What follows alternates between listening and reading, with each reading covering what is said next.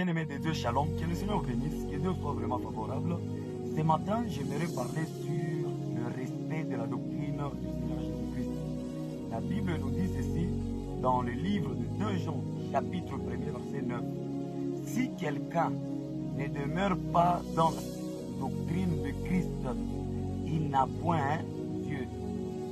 S'il y a des assemblées qu'il faut fuir, ce sont des assemblées qui n'enseignent pas la doctrine du Seigneur Jésus-Christ. Ce sont des gens qu'il faut fuir.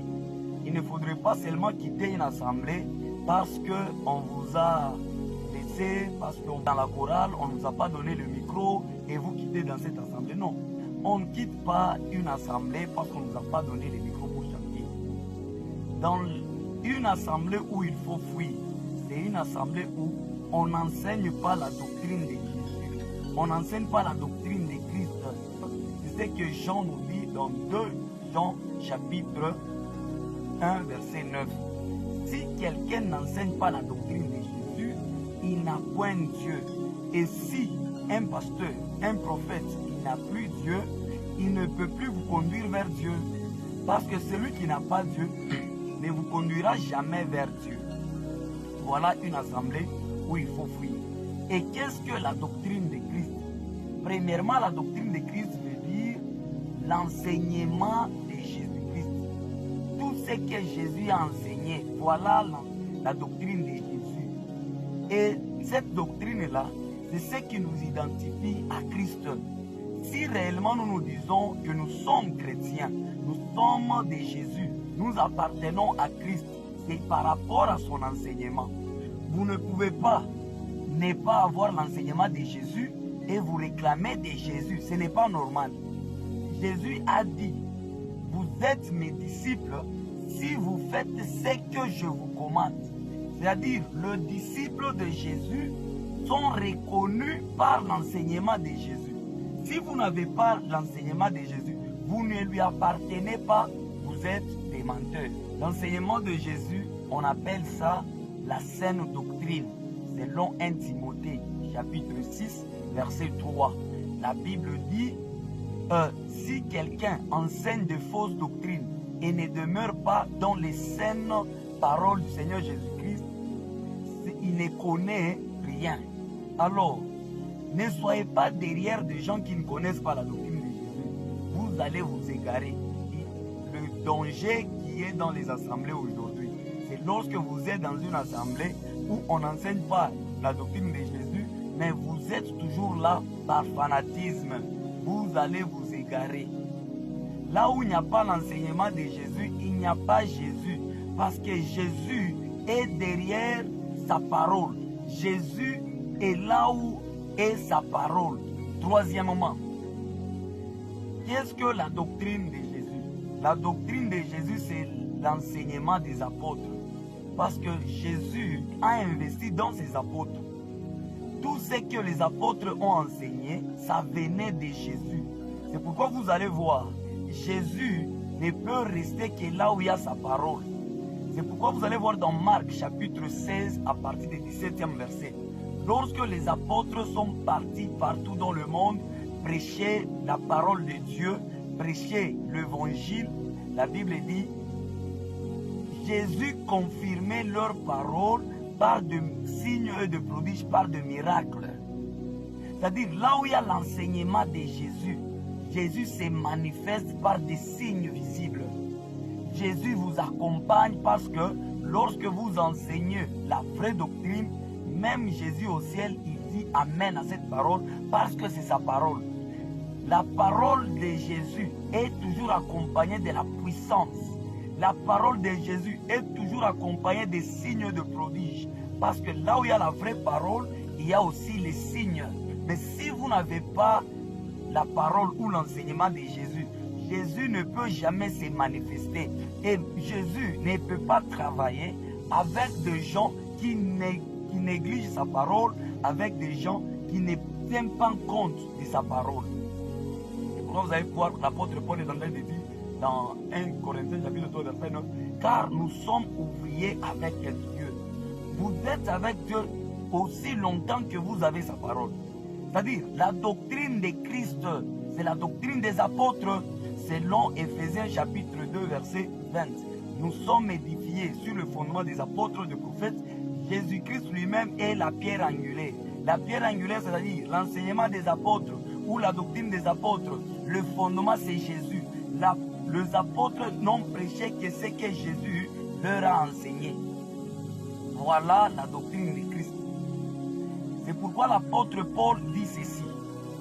Dans 2 Thessaloniciens chapitre 3, à partir du verset 14, l'apôtre Paul dit, si quelqu'un n'obéit pas à ce que nous disons, si quelqu'un n'obéit pas à cette lettre que nous vous envoyons, n'ayez point de communication avec lui. C'est-à-dire, il faut fuir cette personne qui n'a plus l'enseignement des apôtres. L'enseignement des apôtres bien-aimés, c'est le seul enseignement qui va nous conduire au ciel. L'enseignement des apôtres, c'est le seul enseignement qui va nous introduire dans la nouvelle Jérusalem. Vous allez voir ceci dans Apocalypse chapitre 21, que le fondement même de la nouvelle Jérusalem contient 12 fondements. Les 12 fondements, c'est l'image des 12 apôtres du Seigneur Jésus-Christ. Les 12 fondements, c'est l'enseignement des apôtres. C'est-à-dire, si vous n'avez pas l'enseignement des apôtres, vous n'allez pas participer dans la nouvelle Jérusalem, la cité des enfants sauvés de celui du Seigneur Jésus-Christ. Si vous n'avez pas le fondement des apôtres, vous serez perdus. Fuyez les assemblées qui ne prêchent pas l'enseignement des apôtres. C'est pourquoi Paul dit encore dans 1 Corinthiens chapitre 15, à partir du premier et deuxième verset, l'apôtre Paul dit, si vous ne demeurez pas dans l'enseignement que je vous ai donné, si vous ne les retenez pas tel que je vous l'ai enseigné, autrement, vous allez croire en vain. L'apôtre Paul a mal enseigné la doctrine, l'apôtre Paul a été contre les sœurs et autres. Écoutez ce que l'apôtre Paul est en train de dire. Parce que j'ai écouté une sœur qui disait, non, l'apôtre Paul est en train de nous interdire, nous les femmes, de prêcher, parce que ça c'était la loi. L'apôtre Paul, c'est l'apôtre qui a enseigné véritablement la grâce. S'il y a un homme qui a compris la grâce, c'est l'apôtre Paul. C'est pourquoi vous allez voir, dans Galates chapitre 5, l'apôtre Paul est en train de réprimer l'église de Galates par rapport à ce que l'église retournait encore à l'enseignement de la loi. Dans Galates chapitre 3, il est en train de dire à l'église ceci, ô Galates, qui vous a ensorcelé? Après avoir commencé par l'esprit, vous voulez finir par la chair. L'apôtre Paul n'a pas enseigné la loi. Lorsqu'il dit dans 1 Corinthiens chapitre 14, verset 33 à 35, lorsqu'il interdit aux femmes que les femmes se taisent dans les assemblées, ce n'est pas qu'il a prêché la loi de Moïse, il a dit, comme le dit aussi la loi. Quelle loi? La loi de Dieu, l'enseignement de Jésus. Et il a ajouté ceci, si quelqu'un croit qu'il est prophète, il doit croire que ce que nous disons est un commandement du Seigneur Jésus-Christ.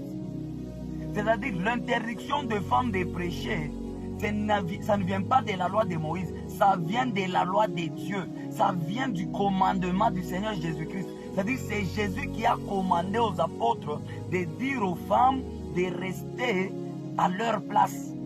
La femme a beaucoup de choses à faire dans l'église. La femme peut prophétiser, la femme peut prier, la femme peut jeûner, la femme peut faire beaucoup de choses. Mais dans l'assemblée de saints, la Bible dit que les femmes se taisent. 1 Timothée, chapitre 2, verset 11. Je ne permets pas à la femme d'enseigner, ni de prendre autorité sur l'homme. Ça, c'est l'enseignement des apôtres.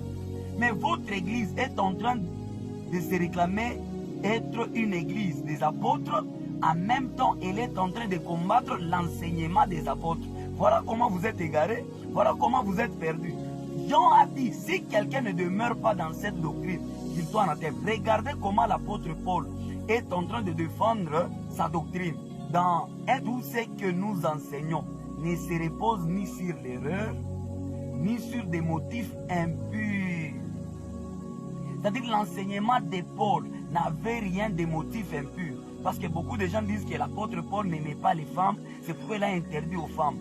Mais Paul dit dans 1 Thessaloniciens 2:3 que mon enseignement n'a rien de motivation impure, n'a pas d'erreur.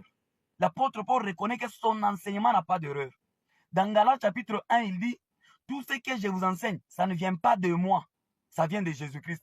Ça ne vient même pas d'un homme. Je n'ai pas étudié ça quelque part. C'est le Seigneur Jésus-Christ qui m'a donné ces messages. Si vous pensez que Paul a commis d'erreur dans son enseignement, c'est-à-dire c'est vous qui êtes dans l'erreur. Parce que ce n'est pas vous qui avez appelé Paul. Nous voyons dans Actes chapitre 9, le Seigneur Jésus-Christ lui-même en train de choisir Paul comme étant une lumière qui devrait éclairer les nations. Paul, c'est le seul apôtre qui a été établi pour les nations païennes. Comme Pierre a été établi pour le juif, Paul a été établi pour les nations païennes. Si vous refusez l'enseignement de Paul, vous êtes dans l'erreur, vous êtes aveugle. Que Dieu vous aide à comprendre.